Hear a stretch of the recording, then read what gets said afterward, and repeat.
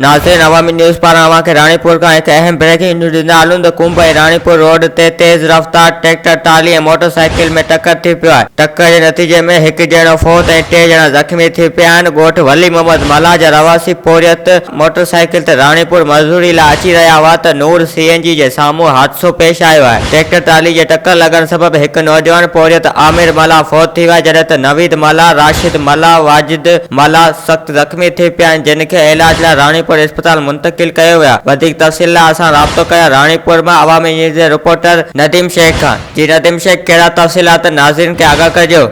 जी बिल्कुल, मां खे ॿुधाईंदो रहां त रानीपुर कुंभ रोड ते तेज़ रफ़्तार ट्रैक्टर ट्राली ऐं मोटरसाइकिल में टक्कर लॻण नतीजे में हिकु ॼणो फौत, 3 ॼणा ज़ख़्मी थी पिया आहिनि। ॻोठ वली मोहम्मद मला जा रवासी पोरियत मोटरसाइकिल ते रानीपुर मज़दूरी लाइ अची रहिया हुआ त नूर CNG साम्हूं हादसो पेश आयो आहे।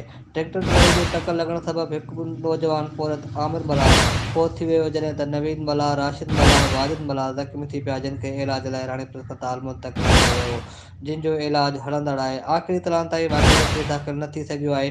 फौती नौजवान जो लाश घर पहुचण ते ॻोल्हा ॿुधाए पियो वञे त फौती नौजवान ऐं ज़ख़्मी थियल पाण में भाइर आहिनि। जी वॾी महिरबानी तफ़सीलात खे आगाह करण लाइ।